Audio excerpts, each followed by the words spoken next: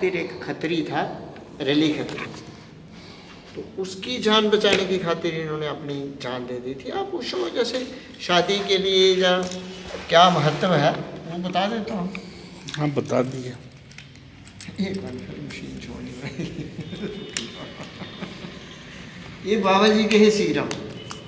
Okay. हाँ, ये किसी ने कपड़ा दिया था, क्योंकि फिर नाप सही नहीं आता। ऐसे मैं पास ही हूँ तो एक शो के तौर पे ऐसे भी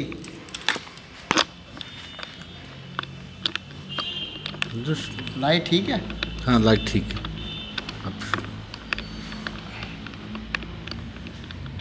फिर रिकॉर्डिंग चल रही है।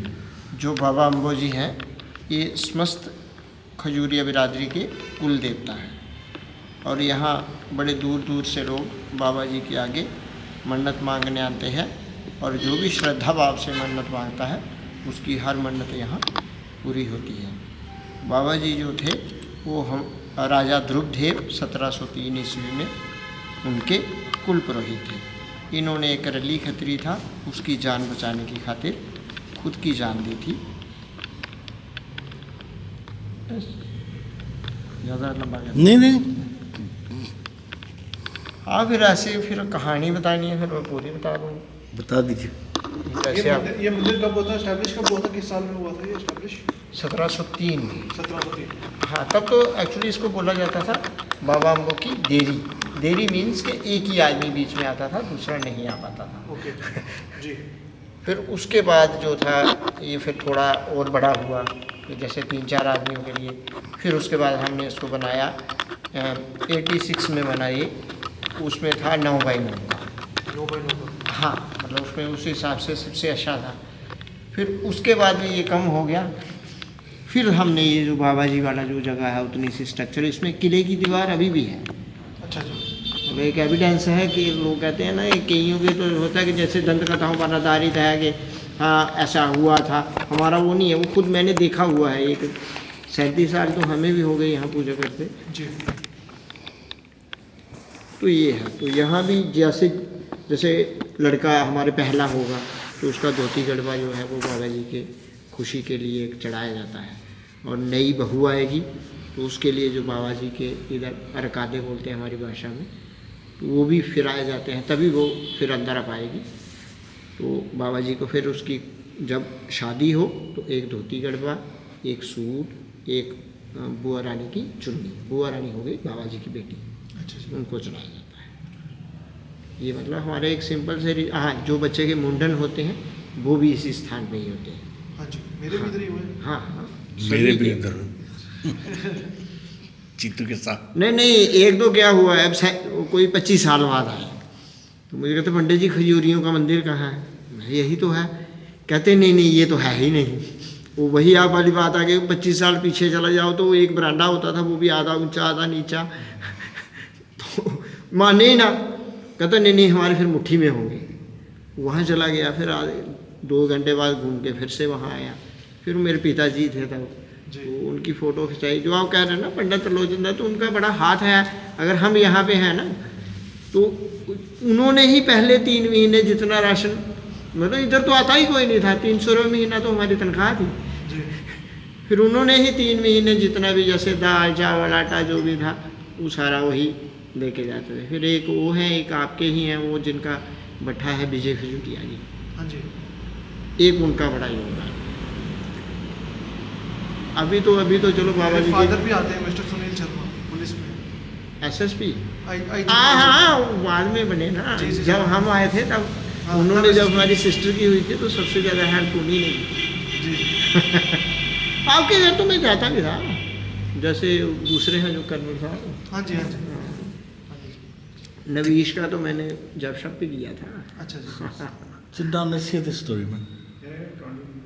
अच्छा आप बताइए जो आप बता रहे थे कहानी। बाबा जी की, हाँ जी। जो हमारे बाबा जी हैं ये खजूरिया बरादरी के कुल देव हैं। जो बाबा जी थे वो राजा ध्रुवदेव 1703 ईस्वी में उनके कुल पुरोहित थे। इन्होंने किसी की जान, एक रली खत्री था उसकी जान बचाने की खातिर खुद की जान दी थी। कहानी ये है कि जैसे पहले राजा होते थे तो उनका बेटा था वो शिकार खेलने, और मंडल एक जगह हमारे स्थान है उधर शिकार खेलने जाता था। तो रास्ते में एक दुकान पड़ती थी, वो रली खत्री की थी, तो वो उनसे उधार लेता था जो भी सामान वहाँ खाने पीने का होता था। तो एक दिन रली खत्री ने क्या किया कि अपने पैसे मांगे।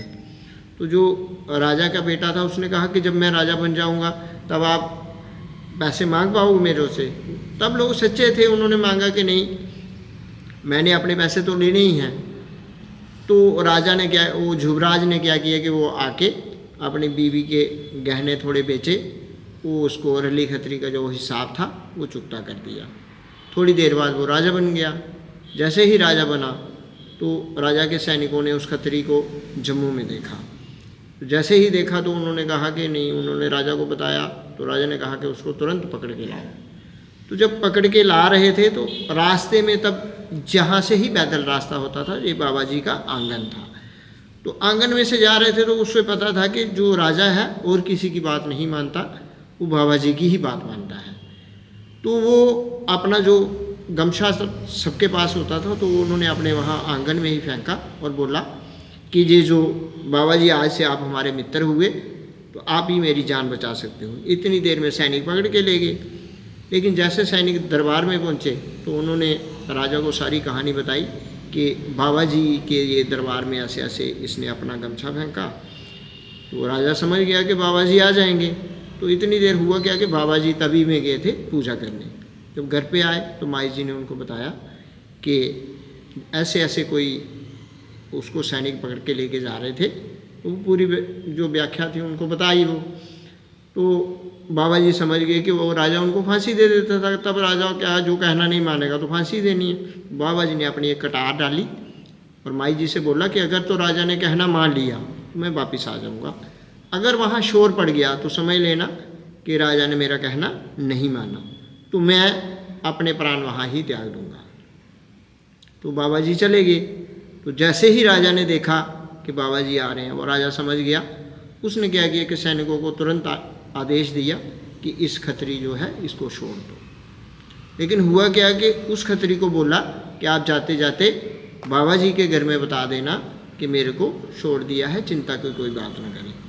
लेकिन जो खत्री था वो खुशी के मारे क्या हुआ कि बाहर से ही चला गया और बाबा जी के घर में बताया ही नहीं। तो जो राजा था इतनी देर में उसने बीच में राजा ने बाबा जी से बोला कि एक कहना मैंने आज आपका मान लिया, एक आप मेरा मान लो।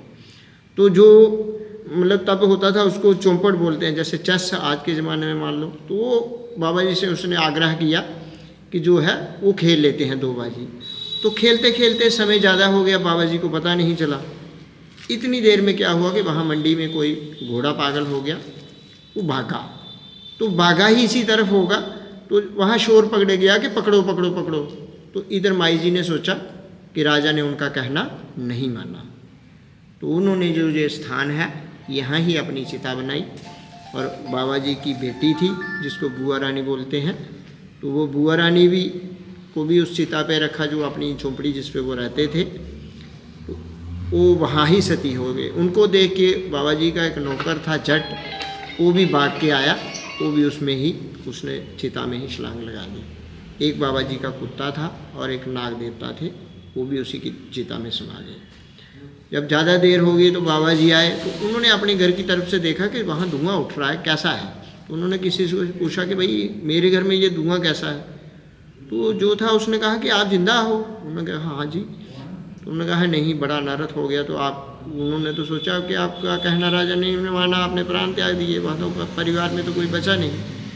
फिर बाबा जी ने कहा कि आज दिन तक जो है वो स्त्रियां ही सती होती थी, आज के बाद मैं भी सती होकर। फिर बाबा जी ने भी उसी चिता में छलांग लगा दी।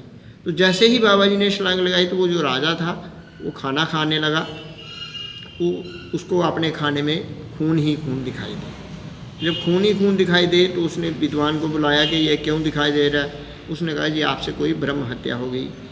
तो फिर इतनी देर में राजा जहाँ आया, फिर उसने बाबा जी से मन्नत की। बाबा जी ने कहा जो सिद्ध नाम के एक व्यक्ति होंगे वो जहाँ आके मेरी पूजा करेंगे। तो उन्होंने कहा जो खत्री है उसका क्या करना है। उन्होंने कहा वो भी आज के बाद जो पहला बेटा होगा उनका, वो भी वहीं ऐसे जहाँ मुंडन करेंगे बच्चे के, और जो नई बहू आएगी उसके जो तरागे होते हैं वो यहाँ फेरेंगे। और बाबा जी का उसके बाद आशीर्वाद बना रहा। बस इतनी सी ही कहानी। बहुत धन्यवाद। Thank you ji.